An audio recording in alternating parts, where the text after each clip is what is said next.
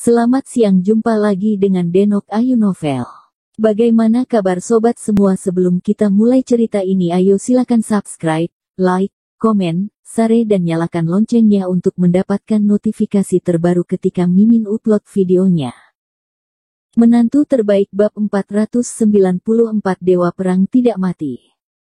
Apa yang tidak diharapkan Lin Yu adalah bahwa tempat di mana He Zizhen setuju untuk bertemu dengannya ternyata adalah kuburan. Satu-satunya perbedaan antara kuburan ini dan kuburan lainnya adalah ada petugas polisi bersenjata khusus di depan pintu. Tetapi ketika Lin Yu masuk ke dalam, dia tidak diinterogasi secara khusus. Saya melihat pepohonan di lereng bukit yang penuh dengan batu nisan putih. Setiap batu nisan memiliki foto hitam putih dengan nama dan tanggal lahir almarhum tertulis di atasnya. Pada saat yang sama, di atas setiap batu nisan putih, terdapat bintang bersudut 5 berwarna merah cerah.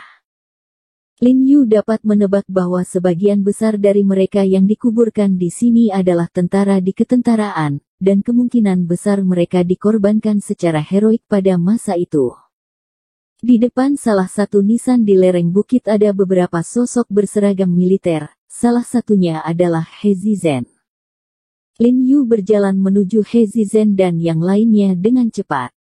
"Jiarong, kamu di sini." Setelah He Zizhen mendengar gerakan di belakangnya, dia bahkan tidak menoleh, dia tahu bahwa Lin Yu yang telah datang, dan berkata dengan lembut. "Hei Erye, apa kamu baru saja keluar dari tentara?" Lin Yu bertanya dengan heran setelah melihat seragam militer He Zizhen.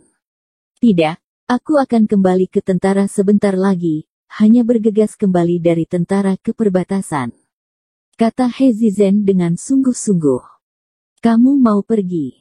Lin Yu kaget saat mendengar apa yang dia katakan. "Tidak buruk." He Zizhen mengangguk. "Mengapa kamu pergi begitu tiba-tiba?" Lin Yu tidak bisa membantu tetapi berkata dengan kebingungan. Dia juga bertanya-tanya mengapa Zizhen memintanya keluar untuk pengujian garis ayah, dia tidak menyangka He Zizhen akan pergi. Sesuatu terjadi di perbatasan. 2 saudara laki-laki meninggal. "Aku harus segera kembali secepatnya," bisiknya Zizhen. Lin Yu tidak bisa menahan tercengang ketika dia mendengar ini. Dia benar-benar tidak menyangka bahwa orang-orang terlatih seperti Brigade Darkton akan mati. Dalam kesannya, orang-orang ini hampir tak terkalahkan.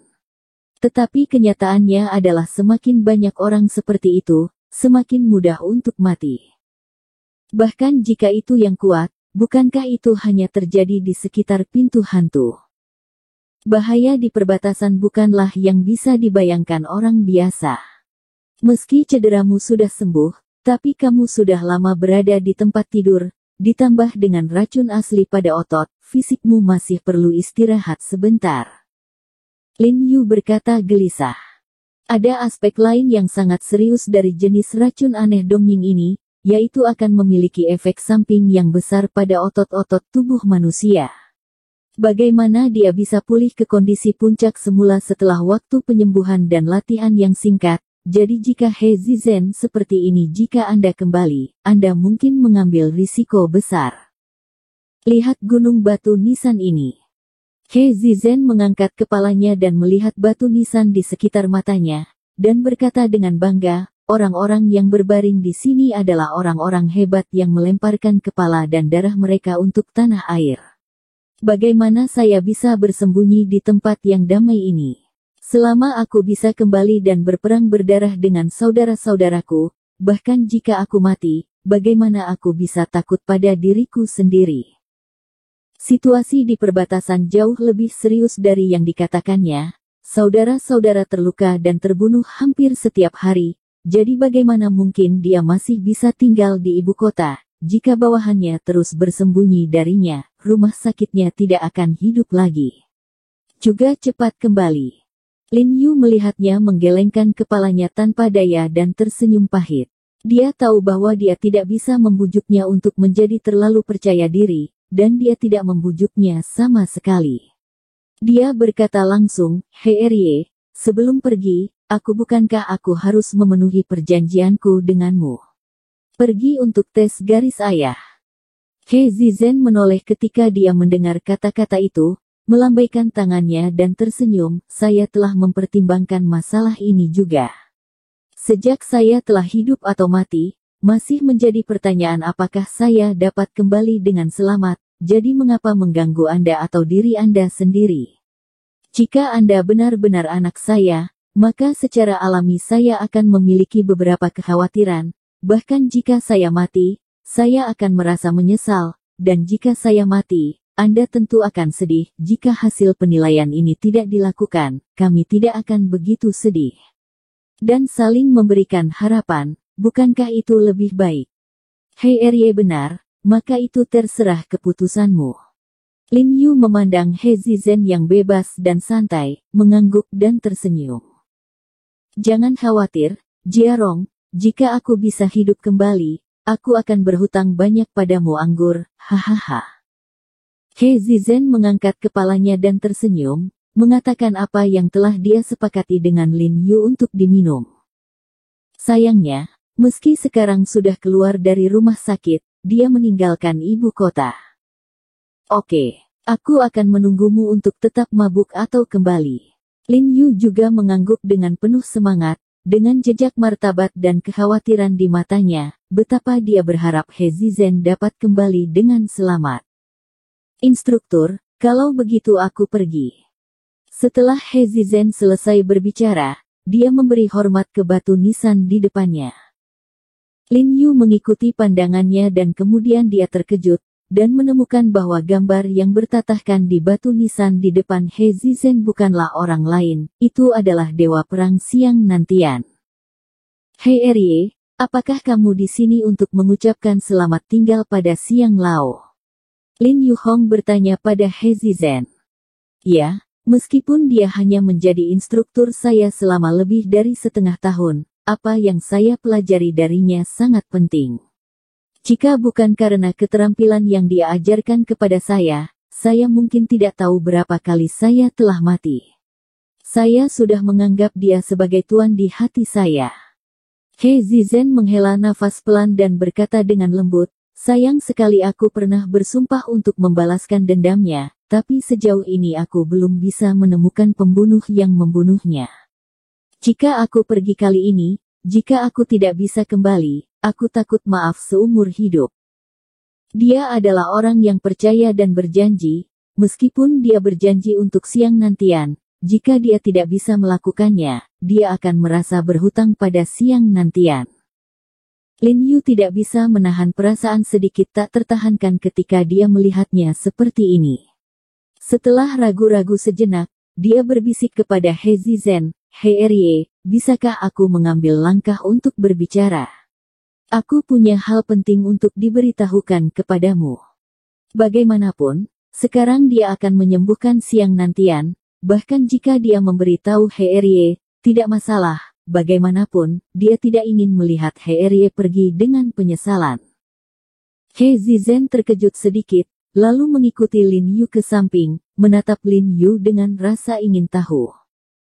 Nyatanya, Siang Lao belum mati. Lin Yu melihat kata-kata serius He Zizhen. Lao Siang, kamu berbicara tentang Siang Nantian Siang Lao.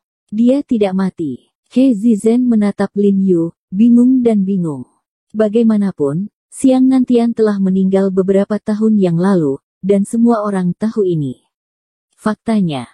Ya, Lin Yu berkata dengan ekspresi yang sangat serius, faktanya, kematiannya palsu, hanya untuk mencegah orang-orang dari organisasi Shenmue terus membalasnya, dan beberapa waktu yang lalu, saya sudah mulai merawatnya dengan racun di tubuhnya. Sekarang hampir sembuh.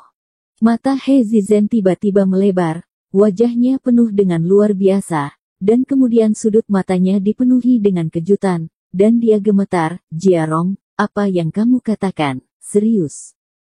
Itu benar. Lin Yu mengangguk penuh semangat. Oh, bagus, bagus.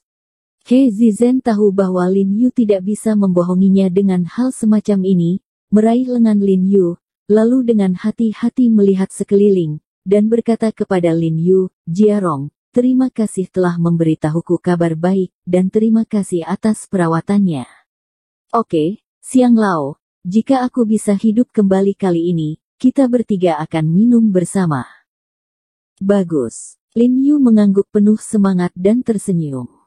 Setelah dia mengirim He Zizen pergi, Lin Yu berdiri di sana sejenak melihat ke arah mobil, berdoa agar He Erie dapat kembali dengan selamat, dan kemudian naik taksi kembali ke rumah sakit. Setelah sampai di ruang medis, Lin Yu menemukan uang untuk sopirnya. Ketika pengemudi menemukan kembalian, Lin Yu melihat kendaraan off-road Acura hitam dan berhenti di depan pintu ruang medis. Kemudian beberapa pria turun dari mobil. Setiap orang mengenakan kimono gaya timur hitam dan abu-abu, dan mereka juga mengenakan sepasang bakyak kayu. 2 di antaranya masih berkumis di bawah hidung, dan 2 di belakang sebenarnya memegang tangan yang tersembunyi di sarungnya. Pisau panjang. Setelah keluar dari mobil, beberapa pria menatap foto Hui Sengtang, lalu tertawa dan berbicara tentang panggilan. Karena itu dalam bahasa Dongying, Lin Yu tidak bisa memahami arti kata-kata mereka, tetapi bisa mendengar ejekan dan ejekan dalam nada mereka. Beberapa pria Jepang meludahi tanah, lalu dengan angkuh masuk ke rumah sakit. Lin Yu melihat bahwa orang-orang ini tidak baik, dan tidak bisa tidak bertanya-tanya. Dia tidak tahu apa yang dilakukan orang-orang Dongying ini di klinik medisnya. Dia takut mereka akan menakuti pasien, jadi dia bergegas untuk mengikuti. Bersambung. Terima kasih kepada kalian yang telah menonton video ini. Jangan lupa tekan tombol subscribe-nya dan nyalakan notifikasinya untuk mendapatkan video-video seru lainnya dari Denok Ayu Novel.